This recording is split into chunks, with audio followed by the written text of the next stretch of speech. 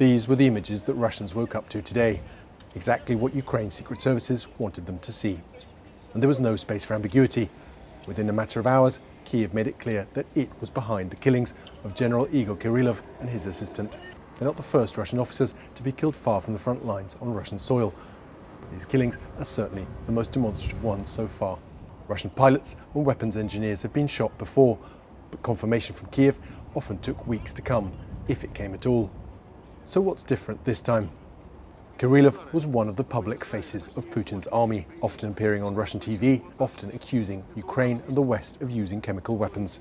Meanwhile, Kirillov himself stood accused by the West of overseeing Russia's use of chemical weapons against Ukraine. Many here in Ukraine are deeply frustrated that Russia's use of chemical choking agents, some of which were last widely used during World War I, hasn't attracted more international condemnation.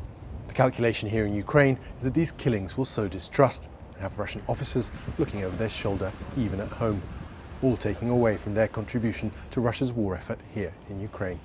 As for the timing, it couldn't be better for Ukraine's leaders. The news from the front lines has been bad for months and seems to be getting worse. Russian troops are advancing and look set to take the key eastern city of Pokrovsk. This news from Moscow shows Ukrainians their country can still strike Russia where it hurts. Millions of Ukrainians have spent time living and working in Russia.